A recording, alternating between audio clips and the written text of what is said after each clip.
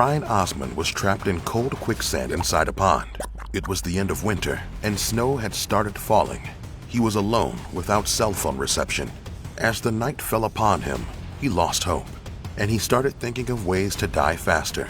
He thought he noticed a light off in the distance. Was it someone coming to help, or was his mind getting the best of him? Here's how to survive quicksand. Quicksand can be a mixture of various substances, including water, sand, clay, and even air. It might look solid and sturdy on the surface, but it quickly collapses from any pressure or vibration. But because humans have about half the density of quicksand, you'll only sink to around your waist. Even if you can't get pulled all the way under, you can still die from things like suffocation, hypothermia, and dehydration just from being trapped in quicksand. Today we took a look at 3 incredible survival stories and examined how these survivors escaped a sandy grave. Should you move around or stay still? How can leaning back save your life? And why did one survivor ask to be left alone? There's quicksand all over the world, but it's most common near the coastlines, marshes, and along rivers. And it's near a river where our first story takes place. Number 3. The Little Fisherman. While fishing with his father in Oklahoma's Wichita River, a 12-year-old boy got stuck in quicksand. By the time firefighters got there, the boy's right leg was buried to his knee, but his father had freed his left leg. His father and 3 firefighters started pulling on the boy, but he remained trapped. They had to dig with their hands to release the boy's leg. But with all this movement, the firefighters also started sinking. They used driftwood and tree branches to make a platform to keep everyone from being sucked in further. Meanwhile, the boy began to suffer from hypothermia and lost feeling in his leg. After almost an hour, they finally freed the boy, who escaped with mild hypothermia. If you think an hour is a long time to be trapped in quicksand, just wait until you hear about our number 1 story. Number 2.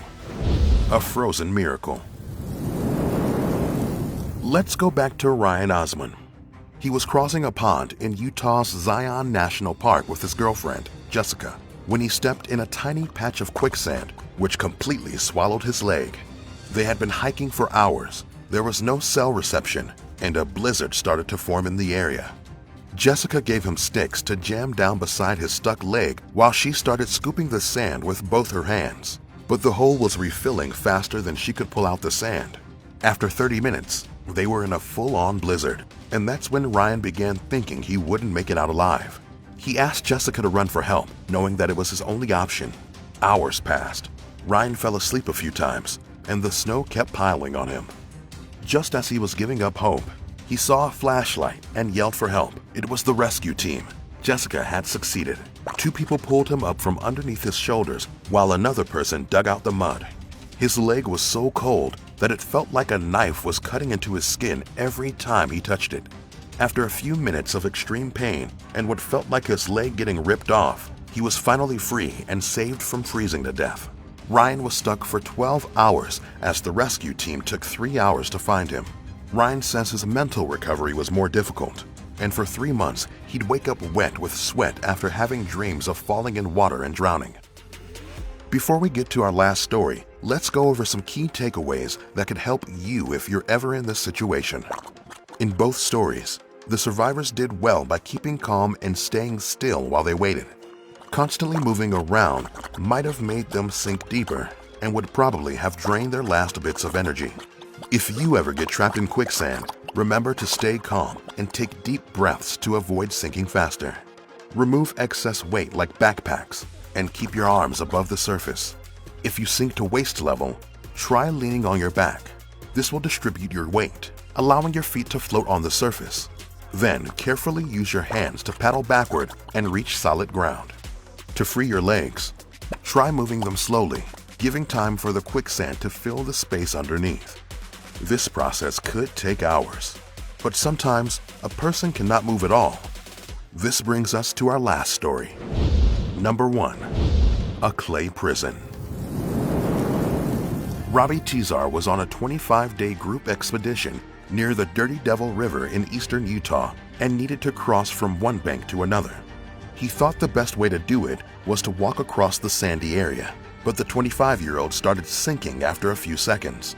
His classmates struggled to free him, but after a few hours, he was waist deep in the muddy quicksand.